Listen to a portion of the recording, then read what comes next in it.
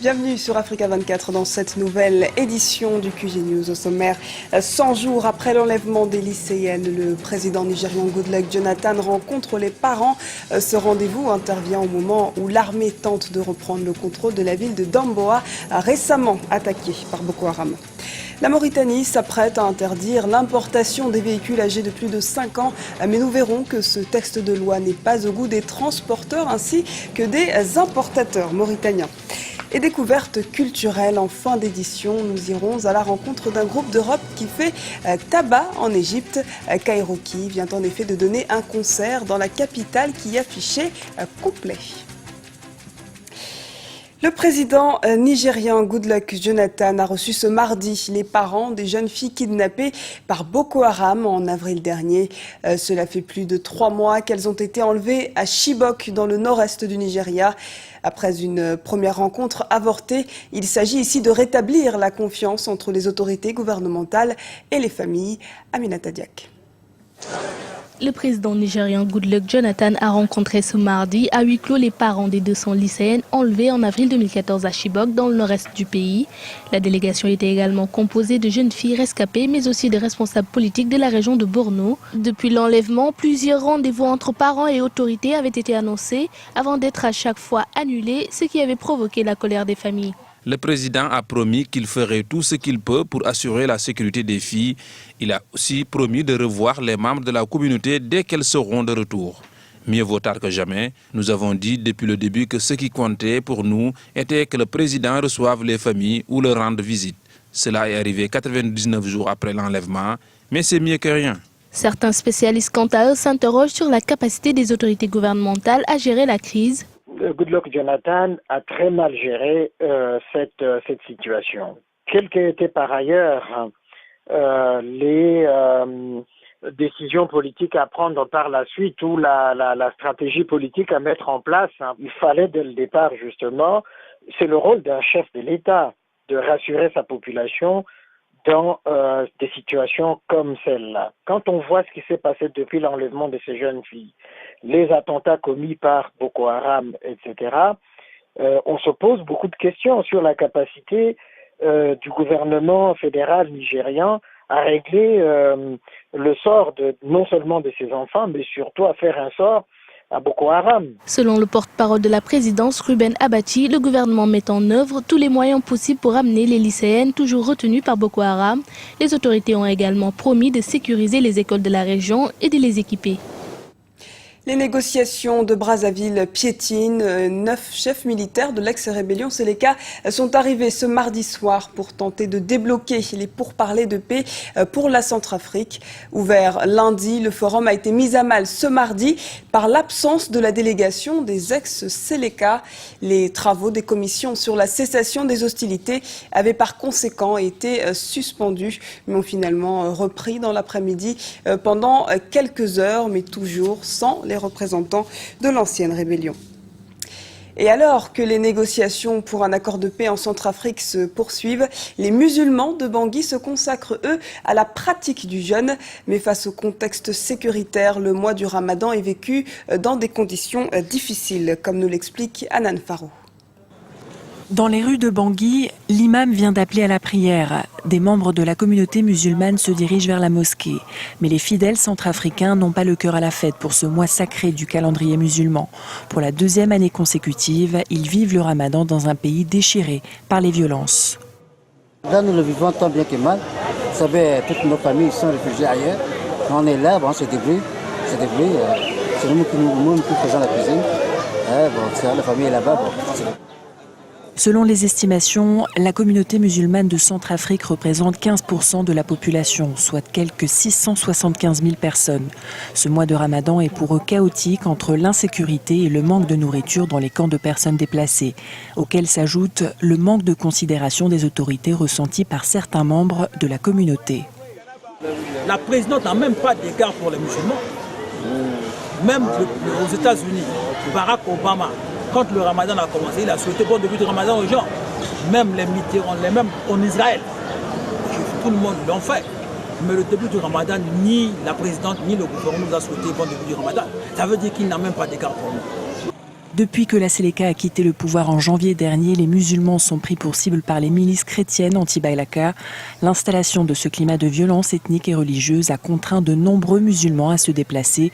Aujourd'hui, beaucoup d'entre eux dépendent de l'aide alimentaire pour survivre. 4e sommet des chefs d'État et de gouvernement de la Commission de l'océan Indien prévu aux Comores le 26 juillet à Moroni. Le thème retenu est Indian-Océanie, un avenir à bâtir ensemble. Objectif, renforcer la coopération régionale, le dialogue politique pour la région, tout en dynamisant la croissance économique de la zone. Retour sur les enjeux du sommet avec Fahmi Saïd Ibrahim, ancien ministre des Relations extérieures des Comores. Les pays de la région, en tout cas la Commission de l'océan Indien, n'ont jamais soutenu les Comores dans le problème qui nous oppose à la France.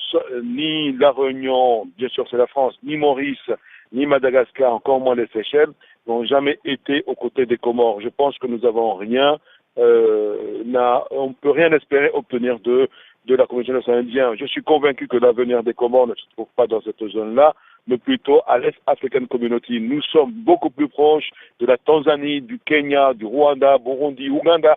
Voilà l'avenir des Comores.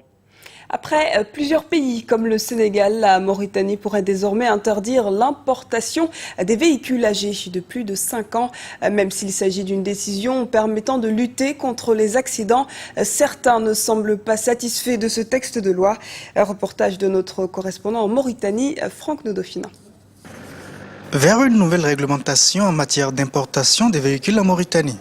En Conseil des ministres jeudi, le gouvernement a examiné et adopté un projet d'ordonnance portant modification de certaines dispositions du texte de loi relatif aux règles d'importation des véhicules.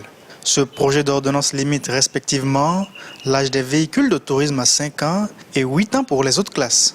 La décision gouvernementale a pour objet de modifier la grille minimale de perception prévue pour certains types de véhicules et la prohibition de l'importation sur l'ensemble du territoire national de véhicules ne répondant pas à certaines prescriptions d'âge, en vue de bâtir un rempart contre les importations devenues massives dans le pays de voitures et camions usagés, vétustes et dangereux. Une décision pour préserver l'environnement et lutter contre les accidents de la circulation, mais elle ne sera pas sans conséquences car le marché de la vente de véhicules d'occasion reste l'un des plus lucratifs en Mauritanie. Les recettes annuelles de ce marché s'évaluent à plus de 275 millions de dollars que se partagent l'État, les importateurs ainsi que les détaillants. Cette décision est injuste parce que le secteur de vente de véhicules d'occasion n'est plus informel depuis quelques années. Il contribue à plus de 7 milliards de guillas par mois aux recettes de l'État. Et c'est un secteur qui recrute beaucoup. La décision va sans doute ralentir nos activités ici. Nous n'avons pas été associés et nous souhaitons que le gouvernement revienne sur cette décision. Pour les transporteurs, eux aussi, la décision n'est pas la bienvenue. Nous n'avons pas les moyens d'acheter des véhicules neufs. Aucun transporteur ou taximan, à lui seul, ne le peut d'ailleurs. La réforme que le gouvernement souhaite entreprendre est une bonne réforme, mais il faut des mesures d'accompagnement. Comme c'est le cas au Tunisie, au Sénégal et au Maroc. L'État doit aider les groupements de transporteurs à acheter des véhicules neufs afin de rembourser progressivement. La majorité des véhicules d'occasion vendus en Mauritanie viennent d'Europe. En attendant une mise en application effective de la décision gouvernementale, importateurs et transporteurs espèrent être associés afin d'arriver à une solution concluante. Culture à présent, ils sont 5, ils sont égyptiens et se connaissent depuis l'enfance. Les membres du groupe de musique Kairoki font fureur chez la jeunesse égyptienne, mi-pop, mi-rock oriental. Leur style détonne depuis la révolution de 2011 où leurs paroles ont fortement résonné dans une Égypte confrontée alors à une instabilité. Portrait de ces artistes avec Anan Faro. Une foule hétéroclite s'est donné rendez-vous devant cette salle de concert du Caire le 16 juillet dernier. Des jeunes en majorité, tous prêts à assister au concert de l'année dans une Égypte toujours en quête de stabilité près de 2 mois après l'investiture du nouveau président Al-Sisi. Sur scène, c'est le groupe Kairoki qui fait le show, un groupe d'amis d'enfance qui fait fureur dans le pays.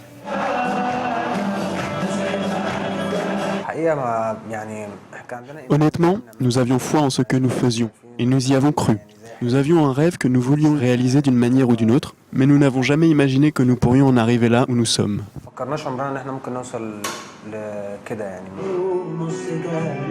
Composé de 5 membres, Kairoki s'est créé en 2003 sous le nom d'Étoile Noire. Progressivement, le groupe a commencé à s'imposer comme une voix pour la jeune génération égyptienne.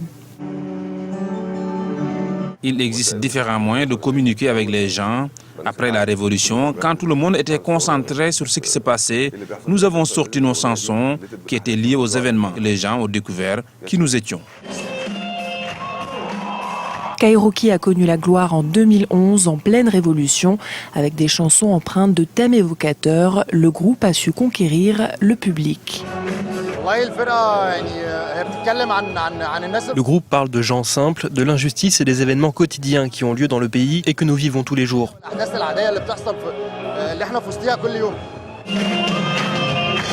Adulé par la jeunesse, Kairoki souhaite désormais partir à la rencontre de nouveaux publics à l'étranger. Un pari quasi gagné d'avance. Et c'est la fin de ce journal. Merci de nous avoir suivis. Retrouvez dans un instant une nouvelle édition du QG News sur Africa 24.